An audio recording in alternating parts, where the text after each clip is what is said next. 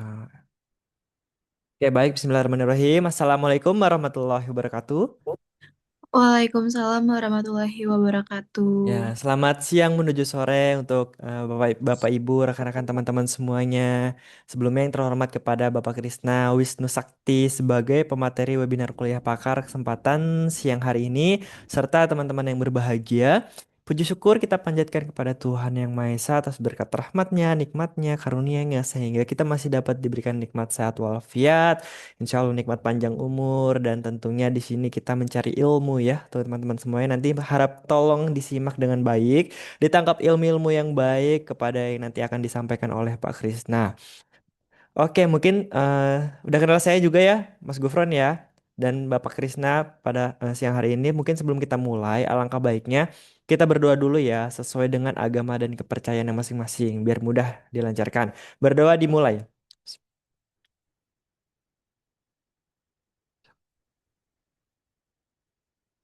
Berdoa takkan pernah selesai. Oke, baik. Mungkin langsung aja seperti kuliah seperti biasanya, Bapak. Langsung aja ini mahasiswanya ada yang maba, ada yang tingkat tengah, ada yang tingkat akhir ya. Di sini bermacam-macam dan tentunya di tiap titik-titik universitas yang ada di Indonesia, Bapak. Silakan monggo, Bapak. Waktu dan Zoom disilakan dengan segala hormat. Terima kasih Mas Gufron atas waktunya. Assalamualaikum warahmatullahi wabarakatuh. Waalaikumsalam warahmatullahi.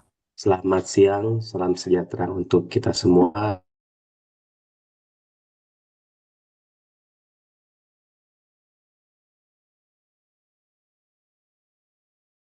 Seluruh mahasiswa yang ikut dalam webinar kuliah pakar pada siang hari ini. Ya.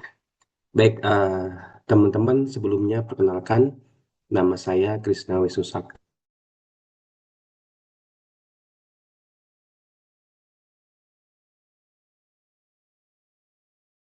Ya, biasanya saya tergabung dalam pelaksanaan tapi pengkayaan hukum ya yang dilaksanakan oleh MGU.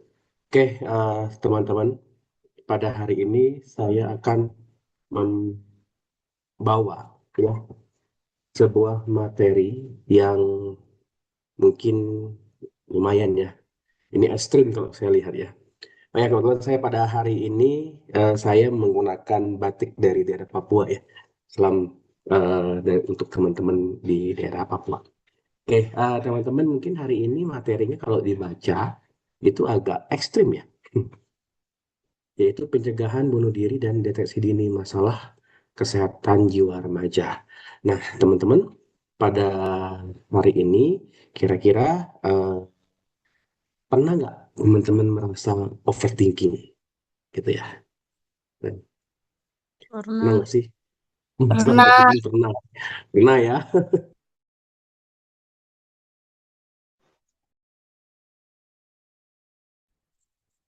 Mungkin eh, lebih sering tuh dibanding-bandingkan dengan orang lain, gitu ya. Nah, kemudian pernah nggak merasa capek kayak gitu, padahal nggak ngelakuin apa-apa gitu, mager doang capek gitu ya. Mager itu ya berdiam diri ya di rumah capek gitu.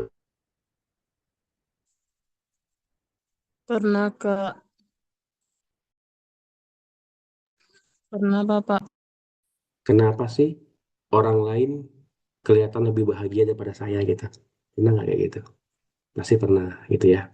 Kemudian apalagi misalkan dia minta sesuatu ke orang tuanya, pernah nggak sih berpikir seperti ini? Kenapa sih orang tua itu tidak pernah mengerti saya gitu?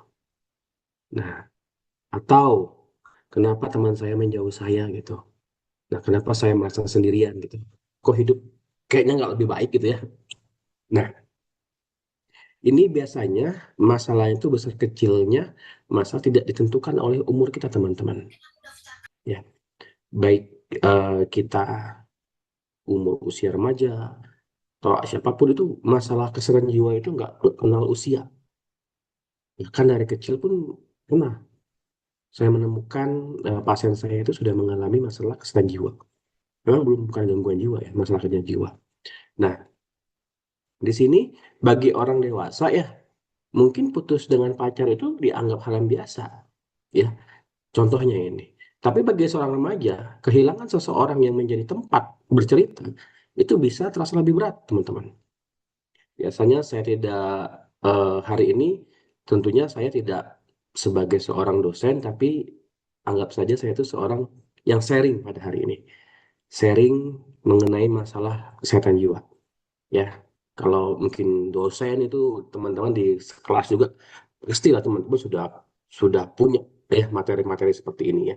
Materi pelajaran yang mungkin teman-teman nanti bosan dengan saya selama 1 jam ke depannya. Tapi anggap saja saya lagi kayak bercerita saat itu ya, kayak sharing teman-teman ya tentang apa, kenapa, dan bagaimana masalah eh, kesehatan jiwa itu memang terjadi dan ada dan selalu kadang-kadang diakhiri dengan bunuh diri ya, dan bagaimana pencegahannya. Nah, itu mungkin yang akan kita lalui ya sepanjang lima mungkin 1 jam ke depan gitu ya. Nah, teman-teman, kalau teman-teman lihat di slide, coba ya kita lihat ya, ini saya rangkum dari beberapa sumber ya, beberapa sumber yang ya saya baca di media sosial, kemudian di media eh, di Google gitu ya. Bagaimana berita terkait kesehatan jiwa remaja dan bunuh diri ini, teman-teman. Coba lihat, 116 anak meninggal akibat bunuh diri sepanjang 2023 sampai 2025. Ya, kemudian 1 dari 10 anak usia 13 sampai 17 tahun pernah mencoba bunuh diri. Itu mencoba dia. Ya. Kemudian Kemenkes menyatakan angka bunuh diri Indonesia meningkat. Oh, itu ya. Kemudian, nah itu bunuh diri. Kemudian ada lagi tuh bully, ya. Bully itu misalkan bullying itu misalkan nggak teratasi itu bisa berakibat dengan bunuh diri juga, ya. Kemudian perundungan kayak gitu ya. Nah, kemudian remaja remaja 17 tahun tekanan psikologis gitu ya. Nah, itu. Nah, kemudian ide mengakhiri hidup bisa terdeteksi pada remaja. Nah, jadi untuk bunuh diri ini sebenarnya sudah bisa kita rasakan, teman-teman. Ya, gitu. Nah, ini gambaran ya, gambaran eh, kasus-kasus tentang diri di Indonesia ya.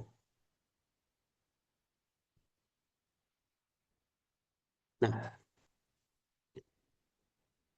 di sini kenapa ya saya fokusnya ke remaja ya? Yang pertama, kepakaran saya ataupun semua penelitian saya pengabdian masyarakat itu mengarah ke kesehatan jiwa remaja. Ya, banyak publikasi-publikasi saya mengenai bagaimana kesehatan jiwa remaja. Ya, kemudian eh, siapa sih yang disebut remaja? Yaitu usia 10 sampai 19 tahun kata WHO. Nah, di remaja ini merupakan masa transisi, teman-teman. Ya, transisi dari anak menuju ke dewasa. Teman-teman mengerti kan artinya transisi itu udah pasti tuh ada perubahan antara anak menjadi dewasa. Atau lebih kuat kalau kita menghubungkan dengan teori eksistensial, itu masuknya kepada teorinya eh, yang menyatakan bahwa eh, kita itu ingin eksis gitu ya. Nah, di sini eh, gini, masa remaja itu menjadi perubahan besar. Perubahan besar. Coba kalian lihat dari beberapa tahun yang lalu. Mungkin dulu kita sedih ya, tinggal nangis pada orang tua gitu. Ketika takut, kita mencari ayah. Ketika ingin bermain, kita tinggal mencari teman. Tetapi sekarang mulai berbeda. Kita punya dunianya sendiri. Mulai mempunyai teman yang sangat berarti, mulai mempunyai rahasia, ya, mulai mempunyai orang yang kalian sukai, mulai memikirkan masa depan, mulai memikirkan kuliah, membandingkan diri dengan orang lain, dan akhirnya mulai bertanya, saya sebenarnya siapa? Saya mau jadi apa? Saya cukup baik atau enggak mungkin ya? Atau apakah orang lain menerima saya? Nah, ini perubahan yang mungkin secara logika yang terjadi pada saat ini. Ya, kalau dulu tuh misalkan ketakutan, tinggal mencari ibu atau ayah, ingin bermain, dan sekarang mulai berubah teman-teman. Perubahan masa remaja itu meliputi biologis, hormon, fisik, nafsu makan, ya. Kemudian perubahan psikologis, emosinya nih. Emosinya gimana? Emosinya mulai berubah, mulai mencari identitas, ya. Kemudian apa ya? Rasa ingin tahu yang sangat tinggi dan sensitif terhadap kritikan. Nah, itu secara fisiologis. Secara sosial, tentunya ingin diterima di kelompoknya, ya. Kemudian konflik dengan keluarga, tuntutan peran. Nah, ini teman-teman. Ya. Nah, kemudian nah, kelebihan anak-anak saat ini itu adalah yaitu dengan media sosial secara digitalnya. Ya, inilah kadang-kadang yang memicu ya eh, beberapa itu. Nah, kemudian apa sih masalah yang sering muncul dari masalah kesehatan jiwa ini? Yang pertama kecemasan, depresi, kemudian apa lagi nih? Stres, kesepian, bullying, self-harm. Nah, angka self-harm teman-teman, berdasarkan penelitian saya, itu 40% terjadi pada mahasiswa. Kemudian ide bunuh dirinya. Ya, nah coba lihat nih, WHO memperkirakan 1 sampai 7 remaja usia 10 sampai 19 tahun mengalami masalah kesehatan jiwa. Nah, ini tinggi ya teman-teman ya angkanya. Ya, itu yang terdeteksi. Gimana tidak terdeteksinya? Biasa tingginya. Coba kita lihat. Ini ya, angka-angkanya ya. Pertanyaannya apa? Apakah bunuh diri ini pada remaja benar-benar terjadi? Ya tadi teman-teman datanya. Coba teman-teman lihat peta global. WHO mencatat lebih dari 720 ribu kematian akibat bunuh diri setiap tahun. Di Indonesia, ya, coba teman-teman lihat di Indonesia. Ya, angka ini meningkat 5,4% pada tahun 2015 menjadi 8,5% menjadi di tahun 2023. Ya, kemudian tahun 2024 terdapat 72 data di Jawa Barat itu. Nah, ini ya fenomena bunuh diri remaja itu. Nah, data bunuh diri di Indonesia, teman-teman lihat di sini. Ya, saya melihat. Catatan pentingnya, anak-anak ataupun remaja yang bunuh diri itu, ya, sebelumnya itu nggak langsung bunuh diri, teman-teman. Coba lihat di slide paling kanan ini. Dia ada ide dulu, ada keinginan, ya. Setelah ada keinginan ini, dia percobaan. Percobaan itu belum tentu langsung berhasil. Ada yang tidak berhasil, teman-teman. Ya. Kemudian baru kematian. Kemudian angka percobaan dan ide bunuh diri jauh lebih besar daripada kematiannya. Jadi banyak yang mencoba, ya, tapi nggak mati, mohon maaf, ya, gitu. Artinya kan bukan kita inginkan angkanya mati semua, jangan. Yang kita lihat di sini adalah kenapa sih ada ide bunuh diri? Apa penyebabnya sebenarnya, teman-teman? Ya, yaitu penyebabnya tidak lain dan tidak bukan adalah stresor. Nah, stresor ini yang mengakibatkan eh, masalah kesehatan jiwa. Ya, stresor berasal dari mana aja? Nanti saya bahas di slide selanjutnya ya. Nah, kita lihat di sini, teman. Ini yang saya bilang tadi, bagaimana sih seorang remaja itu dia bisa bunuh diri. Ya, yang pertama itu terkait dengan masalah kehidupan, teman-teman. Masalah kehidupan. Masalah kehidupannya seperti apa? Ya, masalah di keluarganya. Di keluarganya dia tidak tidak sering diajak berdiskusi, ya. keputusannya Keputusan di keluarga itu tidak pernah mengakibat apa ya, tidak pernah membawa anak itu gitu, remaja itu tidak pernah dilibatkan dalam proses pengambilan keputusannya. Ya, bahaya itu ya. Kenapa sih kadang kita perlu diskusi kayak gitu tuh ya? Perlu diskusi, ya itu. Jadi eh, di keluarga pun kita nggak bisa, teman-teman. Misalkan sebagai orang tua, saya sebagai orang tua itu mengambil keputusan sendiri, harus melibatkan semua anggota keluarga tersebut.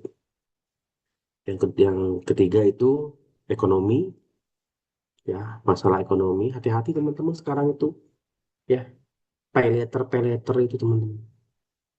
Memang sih mereka memberikan kemudahan untuk kita menggunakan ya, cicilannya ataupun kredit gitu ya. Tapi nanti masalahnya itu ke depannya lebih luas teman-teman. Jangan sampai gaya hidup kita itu memberikan hal yang negatif gitu. Misalkan kita ingin barang ini, barang itu, kita nggak bisa belinya. Akhirnya pakai pay later, nanti terjebak dalam lingkaran itu. Ya. Kemudian kesehatan. Kesehatan ini biasanya masalah fisik, ya. Mohon maaf, kadang-kadang saat ini juga banyak anak remaja ataupun anak-anak udah divonis gagal ginjal gitu. Nah, ini kan menjadi suatu pikiran bagi eh, remaja itu sendiri. Hmm. Kemudian karena adanya masalah kehidupan, ini mengakibatkan stres, teman-teman. Stres itu apa sih sebenarnya, teman-teman? Stres itu ya. Stres itu ya ketika lingkungan memberikan suatu tekanan dan kita tidak mampu menyelesaikannya. Itu stres. Contoh, teman-teman saya kasih tugas banyak nih di mata kuliah jiwa misalkan. Kemudian nanti mata kuliah yang lain kasih tugas lagi. Kemudian di mata kuliah yang satu lagi dikasih tugas lagi. Harus selesai dalam satu waktu. Nah, itu udah stres teman-teman. Ya, banyak banget sih tuntutan lingkungan ini. Nah, kemudian dari situ muncul reaksi emosional. Cemas kan, aduh bisa nggak sih saya ini menyelesaikan tugas ini dalam satu waktu gitu ya.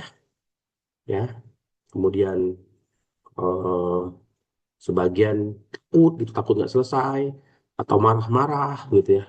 Marah-marah itu kenapa sih dosen teh ngasih tugas kok banyak banget gitu ya. Terus belum mata kuliah A, belum mata kuliah B gitu kan ya. Nah, tiba-tiba apa yang terjadi? Tubuh kita merasa nggak berdaya menghadapi semua stresor. Kok mekanisme coping kita nggak berfungsi di situ. Dukungan sosial nggak ada.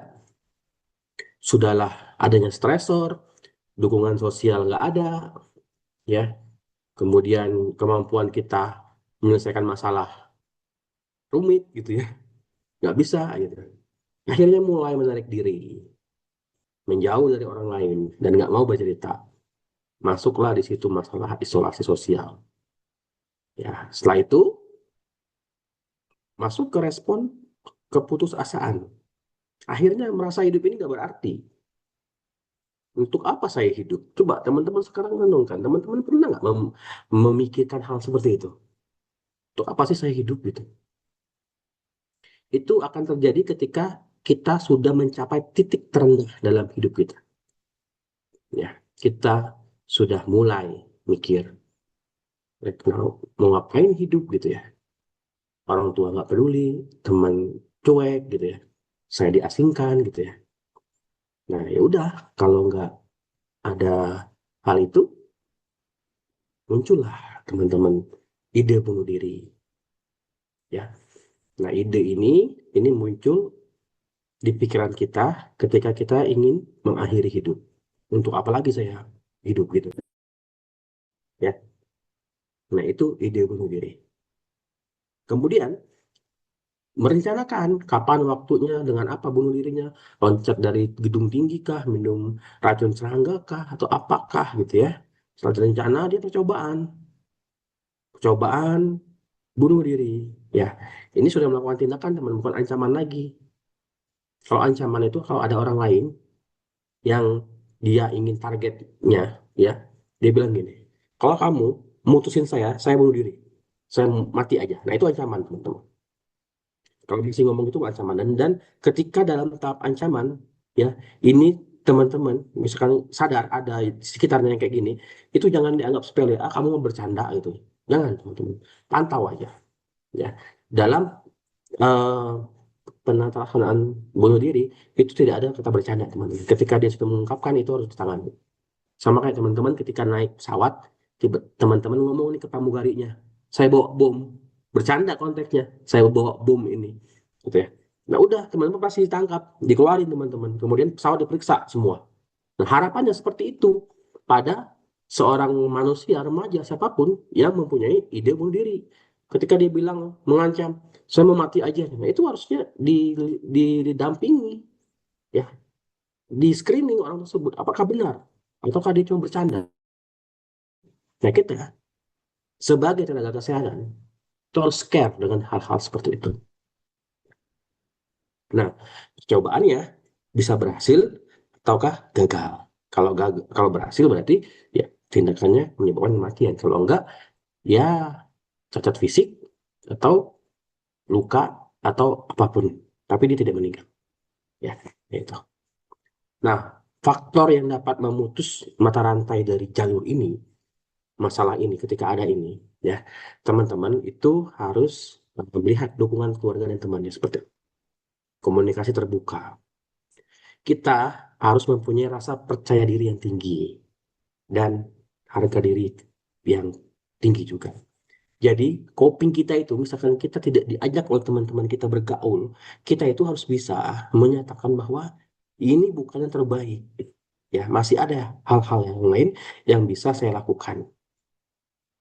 Ya, nah itu harus dibangun mental seperti itu. Nah, kalau teman-teman sudah merasakan di poin nomor satu itu dua itu udah ada kerasa, teman-teman tinggal mencari akses akses bantuan profesional tenaga kesehatan lainnya, atau mencari teman lain yang bisa diajak cerita dulu. Ya, itu. Nah, itu ya bagaimana sih seorang itu bisa bunuh diri ya. Nah,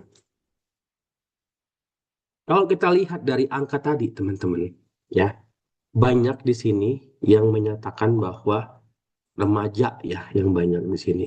Nah, mengapa remaja ini rentan? Nah, sekarang saya ingin tanya nih teman-teman, kenapa sih remaja bisa mengalami masalah kesehatan jiwa? Apakah karena remaja lemah? Enggak. Justru karena remaja itu sedang mengalami banyak perubahan dalam satu waktu sekaligus. Ya, tubuh berubah, kerasa nggak teman-teman? Hormon berubah, cara berpikir berubah, emosi berubah, kemudian hubungan dengan orang tua mulai berubah gitu ya. Mungkin dulu masalah kita itu ketika kecil itu eh, boleh main atau enggak gitu ya, kalau izin ke orang tua tuh. Sekarang masalahnya menjadi saya mau sekolah di mana kayak gitu. Saya mau kuliah apa gitu. Saya harus punya prestasi gitu ya. Kemudian saya harus punya pasangan gitu ya. Belum lagi ketika kita melihat membuka Instagram, TikTok, YouTube gitu ya, atau media sosial lainnya, ketika melihat ada yang cantik, ada yang ganteng, ada yang pintar gitu, membandingkan akhirnya, betul nggak? Ya, ya. Ketika di tahap remaja, orang lain sudah punya pasangan, pacaran, misalkan, kok saya belum gitu, ya, gitu. Nah, apa yang membuat remaja rentan, teman-teman?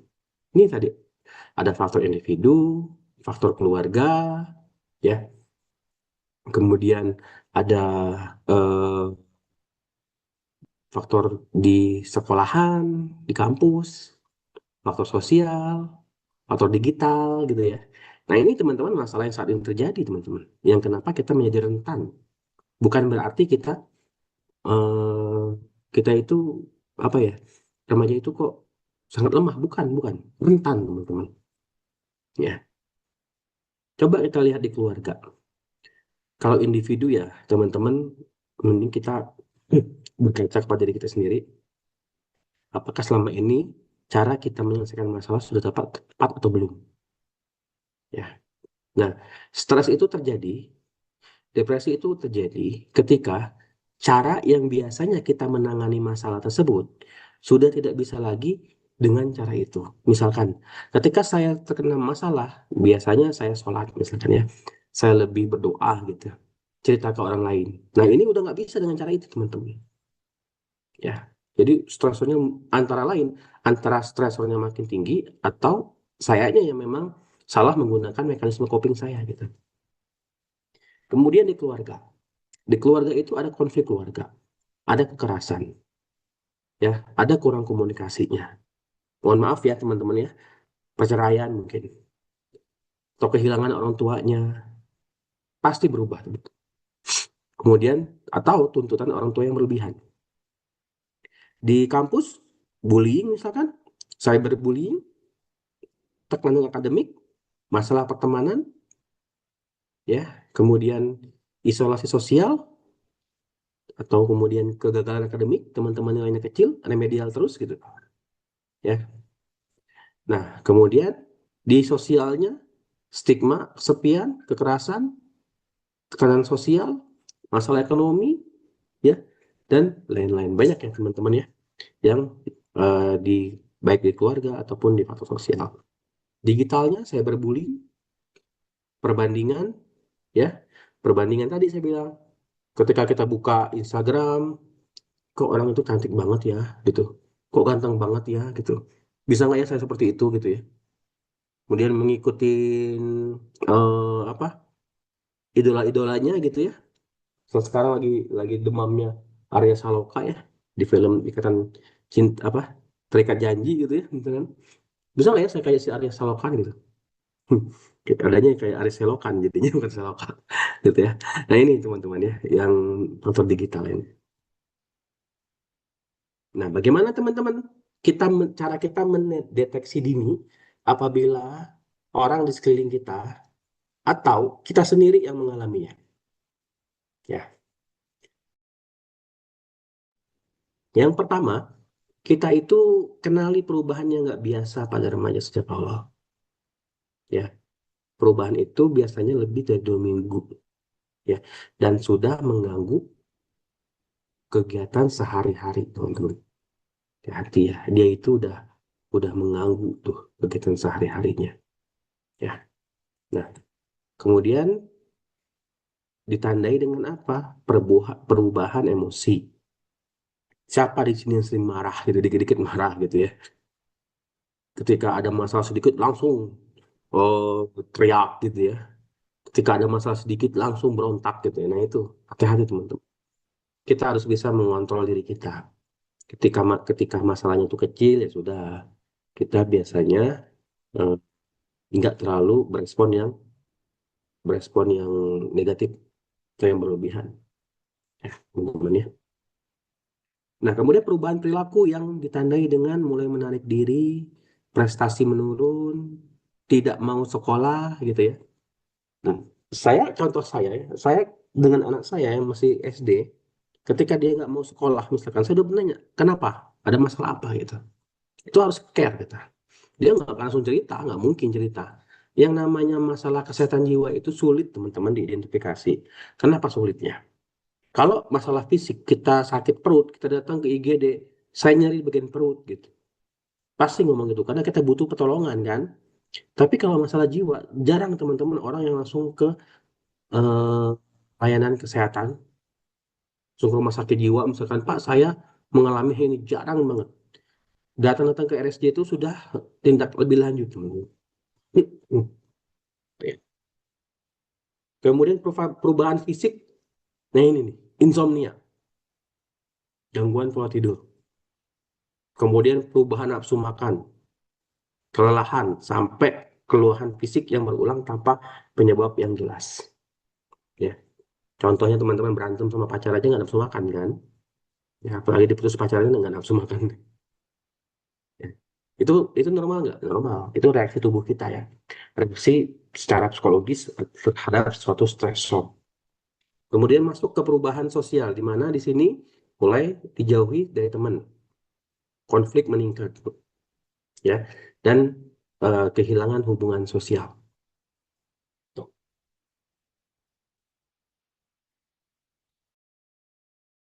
Nah, ini merupakan mitos dan fakta, teman-teman. Kita lihat di sini, eh, kita lihat ya, ketika kita melihat ada di sekitar kita orang yang mengalami masalah beresiko untuk bunuh diri. Kadang-kadang kita cuma bilang gini, dia cuma cari perhatian. Padahal itu tuh respon yang tadi saya ceritakan di awal, perubahan perilaku gitu. Ya, kemudian gini, kalau ditanya bunuh diri, nanti malah kepikiran gitu. Bukan masalah kepikirannya, kita harus menanyakan langsung dengan mereka. Dan merasa menanyakan langsung itu tidak membuat seseorang menjadi bunuh diri. Gak akan gitu. Misalkan gini, kan kadang-kadang kita juga, jangan diomongin lah, nanti saya stres gitu. Padahal itu tuh harus diomongin gitu. Harus diomongin itu tuh. Ya. Nah, kemudian anak muda belum punya masalah berat, kata siapa gitu ya. Ini sering mitos-mitos yang mungkin sering kita lihat deh. Dia masih bisa sekolah, berarti sehat, belum tentu teman-teman. Ya, misalkan saya masuk nih. Ini di sini hadir sekitar 241. Apakah 241 ini, 244 malahan ya, semuanya dalam kondisi baik-baik saja? Ya enggak, gitu. Justru kadang-kadang nggak muncul masalah itu, teman-teman. Ketika lihat secara langsung, dia kayak nggak ada masalah, ya. Kayak gini, teman-teman melihat orang ketika sudah sukses, teman-teman nggak lihat perjuangan sebelum-sebelumnya seperti apa gitu. Nah, nggak bisa kita melihat hanya dari tatap muka langsung kayak gitu, ya teman-teman ya. Nggak bisa melihatnya, ya. Nah, kemudian bunuh diri terjadi tiba-tiba. Enggak, teman-teman. Bunuh diri itu ada tahapannya. Mulai dari ide bunuh diri, ancaman bunuh diri, sampai percobaan bunuh diri. Jadi ada ide, ancaman, percobaan. Ya, itu. Ya, jadi tiba orang ketika bunuh diri itu nggak mungkin dia satu hari itu dia langsung bunuh diri. Enggak, itu udah terjadi proses panjang, teman-teman. Yang tidak kita sadari. Ya, kayak fenomena gunung es sebenarnya. Nah, pencegahannya apa, teman-teman? Pencegahannya bukan terjadi pada saat krisis. Krisis itu udah mendekati masalah itu. Itu muncul dari kalau kita lihat, kalau misalkan teman-teman masih ingat materi perkuliahan itu, ada eh, primer, sekunder, dan tersier. Hmm. Nah, sebelum masalah-masalah muncul, ya kita harus baca teman-teman. Bagaimana sih tentang kesadaran mental itu, gitu ya. Kemudian emosional itu seperti apa, ya. Kemudian penguatan resiliensi kita, penguatan diri kita, gitu ya. Ini primer tuh sebelum masalah ditemukan, teman-teman. Ya, jadi misalkan kita lihat tuh, ya anak itu belum ada masalah. Kemudian masuk nih ke sekundari, pencegahan yang secara sekundari. Ya, dan ini kenapa?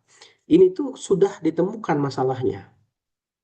Ya, deteksi dini, kita screening, konseling, gitu ya. Kasih dukungan psikologis sejak awal. Ya kalau udah nggak kuat, langsung rujuk aja ke eh, layanan kesehatan jiwa. Ya, ini. Kemudian masuk ke pencegahan tersier. Di sini dia sudah mengalami gangguan jiwa, teman-teman. Kalau kita lihat dia udah butuh perawatan, dukungan keluarga, dan rehabilitasi psikososial. Dan jangan sampai percobaan berulang kembali. Ya, gitu. Ya. Nah, ini mungkin teman-teman yang bisa saya sharing terkait dengan bunuh diri ini dan bagaimana pencegahannya. Artinya ini seperti fenomena gunung es, teman-teman. Nggak mungkin langsung nampak ya. Tiba-tiba adanya di berita langsung. Ya, seorang remaja loncat dari gedung A, gedung B, seorang mahasiswa bunuh diri, gitu ya. Itu banyak banget, teman-teman, kejadiannya. Ingat, teman-teman, satu orang itu bisa menyelamatkan satu kehidupan. Kalau kita sudah melihat teman kita, lingkungan kita, ada yang memiliki tanda-tanda yang seperti tadi, maka kita kenali. Banyak pertanyaan setiap saya melakukan webinar ini adalah, Pak, saya itu udah pernah mencoba untuk menangani, mengatasi hal itu, tapi tetap saja mengalami gangguan. Dan dia nggak bisa, ya. Dan dia nggak bisa eh, diajak bicara. Bagaimana cara mendekatinya? Bagaimana cara menanganinya? Pertanyaannya. ketika kita sudah mendapatkan eh, seseorang yang memiliki rencana bunuh diri, kita perlu hanya perlu mendampingi aja, dan jangan sampai dia melakukan hal yang mencelakai diri dia. Kalau orang tersebut tidak bisa diajak ngomong, ya nggak mau dia, nggak ada yang. Tapi kalau ada orang terdekat, silakan gunakan orang terdekat ini untuk menanganinya. Ya, nah dekati. Kemudian jangan takut membicara tentang bunuh diri, ya. Kita tunjuk rasa care kita. Ya. Nah, kemudian eh, di sini jangan menangani risiko berat sendirian. Kalau teman-teman merasakan ini sudah berat, ya teman-teman harus laporkan. Ya, walaupun misalkan gini, kata korban tuh misalkan kata yang mau bunuh diri itu, kamu jangan ceritain ke orang lain ya, ya. Masalah ini itu nggak bisa teman-teman. Teman-teman harus ceritakan. Teman-teman nggak bisa menangani itu sendiri, misalkan kalau udah berat. Jangan sampai nanti teman-teman merasa dia bunuh diri, dia meninggal, dia mati. Itu gara-gara kita nggak bisa menyelamatkannya itu. Nah, itu nanti yang terjadi kalau kita menanganinya secara sendiri. Ya. Bunuh diri itu biasanya bukan hanya tentang bagaimana seorang meninggal, teman-teman. Tapi pencegahannya itu, itulah bagaimana kita hadir dalam kehidupan seorang sebelum mereka kehilangan alasan untuk tetap hidup. Ya, kita bicara seperti ini gampang banget nih, karena kita tidak mengalami masalah. Tapi kalau kita mengalami masalahnya, ya mungkin teman-teman juga bisa merasakan sendiri lah. Ya, ketika ada masalah seperti apa, ya, ketika ada masalah teman-teman tuh kayak jalan tuh ada ya, misalkan jalan tuh terbuka tuh, jalan tuh banyak, tapi tertutup teman-teman, ditutup jalan tuh. Nah, kita membutuhkan orang lain untuk membuka jalan ini. Nah, kemudian kita jalan sendiri gitu. Itu. Ketika ada masalah, semua jalan itu tertutup. Nah, kita butuh orang untuk membuka jalan itu. Kita tahu itu teh ada jalan gitu. Tapi kita tetap nggak bisa karena kita tertutup. Nah, kemudian digunakan oleh dukungan sosial orang lain untuk membuka jalan itu sehingga kita bisa keluar. Gitu. Ya kayak teman-teman lah. Teman-teman ada masalah, teman-teman simpan sendiri, itu akan jauh lebih berat ketika teman-teman cerita walaupun tidak menyelesaikan masalah saat itu, ya. Walaupun tidak menyelesaikan masalah, tapi dengan teman-teman cerita itu meringankan sedikit, ya. Jadi jangan takut ketika kita ceritakan orang lain itu nggak nggak bermanfaat, tapi ada manfaatnya. Kadang saya juga sampai gini sih, pengen bilang, saya mau bicara aja, mau cerita aja gitu. Walaupun saya tahu orang itu nggak akan bisa tidak akan bisa menyelesaikan masalah kita gitu, ya. Tapi setidaknya kita sudah cukup untuk bercerita saja, gitu, ya. Nah, itu teman-teman. Nah ini, ya, mungkin eh, untuk motivasi dari saya, tidak apa-apa nih hari ini kita belum baik-baik aja gitu. Tapi kita itu akan selalu kuat dan tidak harus selalu tersenyum, ya, dan tidak harus menghadapi semuanya sendirian. Nggak harus teman-teman. Kita punya teman-teman, punya sosial support, dukungan, ya.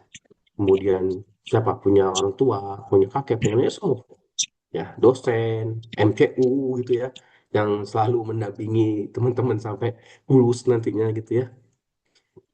Nah, kemudian ketika hidup kita mungkin terasa lebih berat, coba kita diam dulu, tarik napas, lepaskan lagi. Atau kita bangun di sepertiga malam, di tengah malam, kita bangun cuma hanya untuk mager doang, dia merenung gitu. Mohon maaf kalau yang muslim ya bisa sholat. Tapi kalau yang non muslim silakan lakukan apa aja. Kita malam-malam itu bangun sendirian, jam 12 itu dunia itu terasa hening, teman-teman. Itulah kesempatan kita untuk merenung, ya. Nah, ketika kita menceritakan ke orang lain, emang sih masalah itu nggak akan selesai. Dan nggak yakin juga teman saya itu bisa menyelesaikan masalah kita gitu. Tapi setidaknya kita itu tidak menghadapinya sendirian. Orang tuh tahu yang sedang kita hadapi gitu. Nah itu teman-teman. Ya, so mulai hari ini dan jangan takut deh setiap kehidupan pasti ada masalah. Tidak mungkin tidak ada masalah teman-teman. Baik ringan, berat, ya, ataupun sangat berat gitu. Ya.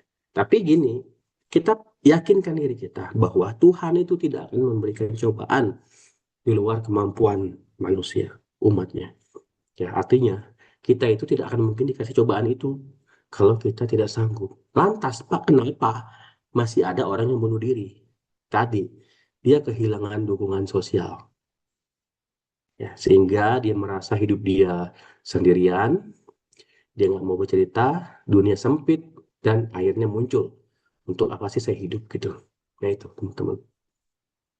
Demikian yang bisa saya sampaikan. Mungkin saya kembalikan ke Mas Gufron, masuk ke sesi tanya jawab atau seperti apa. Saya kembalikan ke Mas Gufron. Oke, baik Bapak, terima kasih telah memberikan ilmu yang bermanfaat insya Allah buat teman-teman semuanya. Tadi sudah dipelajari. Mungkin dari materi yang telah disampaikan oleh Bapak Krisna, barangkali dari teman-teman di sini ada yang mau bertanya terkait materi tersebut. Halo, suara saya terdengar ya? Teman-teman di sini masih aktif? Halo, Masih, Kak. masih semangat Kak, kan? masih Kak. Masih semangat kan? Masih Kak, Masih, masih. Oke, Kak. oke, terima Masih kasih. Kak. Ada yang mau ditanyain nggak? Kalau tidak, mungkin kita bisa akhiri. Oke, tidak ada ya, nggak apa-apa kalau nggak ada. Mungkin sebelum kita akhiri pada kesempatan webinar Kuliah Pakar siang hari ini menuju sore, kita foto dulu ya Pak Krisna. Teman-teman semua silakan dinyalakan kameranya. Nah, kita akan ada sesi foto.